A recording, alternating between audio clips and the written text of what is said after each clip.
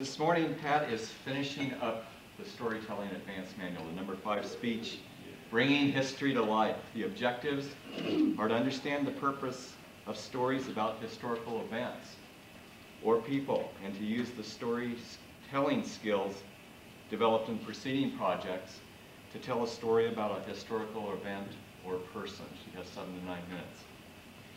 Thank you. Pat's speech is entitled Great Grandad the Hero. Would you please join me in welcoming Pat? 6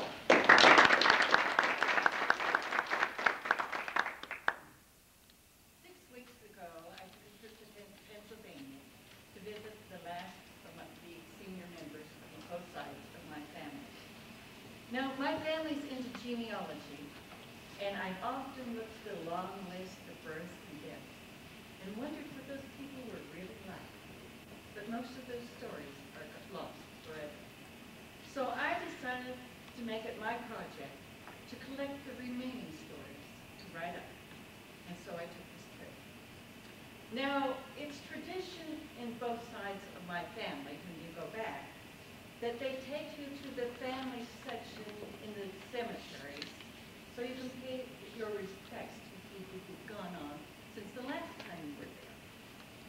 And it was at one of these cemeteries that my aunt told me that here's William John White. You know, he is one of the last 6 members to survive the charge of the Light Brigade. I said, no. And she said, yes. She said, now, I didn't really know him very well. He was my grandfather, but my mother's family had 10 children, and she was among the latter. And she said, but Edith, who is the oldest, knew him. As a matter of fact, Edith went to England where she caught most of the story, which was a bit different from what Grandad told. So she said, she said, but I don't really know that story, but Edith told it to her daughter Claire. So 2 days later, I drove across Pennsylvania to visit Claire, and this is the story I got. Now, my sister Helen told me that Aunt Edith had a propensity to embellish the story where she found it lacking. So I will include Helen's comments along with Claire's story, and so you can get the full story of how it happened. Now, William John White graduated from Oxford at the age of 16. And my sister Helen said, and if you believe that, I will sell you some real estate in southern Florida. And I said, oh, well, okay. At any rate, maybe he started college at Oxford at the age of 16. And Helen said, there's a big difference between starting and graduating. So on with the story. Now, at that time, William John said that he found out that his sister was about to marry a man named Dobbs. Now, Dobbs, William John considered far inferior on the social status. And so he contrived a plan to stop the wedding. He talked his younger brother into going with him, and talked Dobbs as well, into signing up to fight in the Caribbean War. Now, William John had no intention of fighting in this war.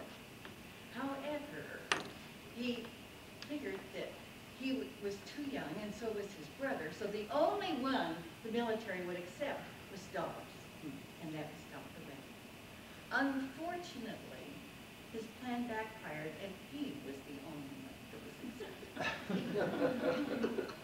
So William John was concerned, and he went home. There was no way of saying, oops, mistake, wasn't supposed to happen this way. So he talked his mother into buying him a commission into the Royal Cavalry, which could be done at that time. And so his mother did. And there was a problem. William John did not know how to ride a horse, and his family had ridden carriages all their life. But it turned out he was accepted, and his first battle was later to be known as the Charge of the Light Brigade. Now, let me set the setting. History books say the battle took place at Balaclava. And the harbor of Balaclava had a rise, and on this rise was the 93rd Highlanders of the British. And beyond that was the southern valley that had hills around called the Causeway Heights. And beyond the Causeway Heights was a narrow valley called North Valley. And the North Valley was bordered by high hills on either side and the minor hills on the far end. And it was in this North Valley that this battle took place. Now, it happened to be that the Turks and the English were allies, and the Turks had six barriers set up to protect the British southern flank. And it was on October 25th, 1854, that the Russians suddenly came up over the Causeway Hills and engaged the Turks in a battle.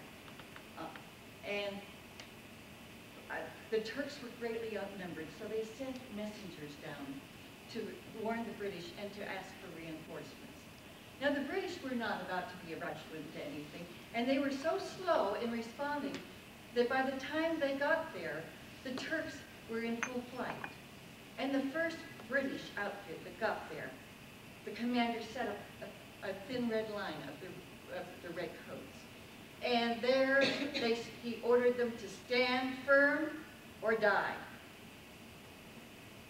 And miraculously, this singular line of British soldiers repelled the first of the Russian attacks. And then General Sir James Scarlett came up in command of the 1st Cavalry. Now, General Sir James Scarlett had never commanded a force in his life. But he was given this charge of taking the cavalry up there and stopping the Russians immediately. But General Sir James Scarlett was a man of honor and also of style. And so he lined up the cavalry in row after row after row. And then he rode around it and inspected to make sure all the rows were straight. Well, the Russians were up on the hill looking down in disbelief. Only a fool would charge them with such inferior numbers, much less make a show out of it. And so as a parade, they took off and he ordered the charge and off they went. And miraculously, they broke through the Russian front and got the Russian troops scattered and ready. Now, further up, there was the Light Brigade, and that was under the command of Lord Cardigan. Lord Cardigan had been given the order to come and reinforce any action that was going on. But Lord Cardigan was put in a position where he could not see anything because of the rolling hills, except for what was right directly in front of him. And since the Russians did not retreat that way, he didn't know what was going on. Now, up on Causeway Heights, the commander-in-chief of the British forces looked down, and he could see that the Russians were going off, and Cardigan was doing nothing, and he was furious. So he sent Lord Lucan to tell Lord Cardigan to attack the Russians, for he could see that they were regrouping and they were going to come down, and he could see their intent was to capture the Turkish forces that had been abandoned and getting their guns. So, Lord Lucan went down, but Lord Lucan was the brother-in-law of Lord Cardigan.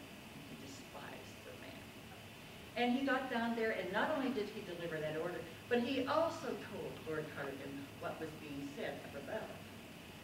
So, Lord Cardigan and Lord Lucan went to the North Valley, and there they found the Russian troops had already gathered the hill, captured the hills on both sides, and had artillery at the far end.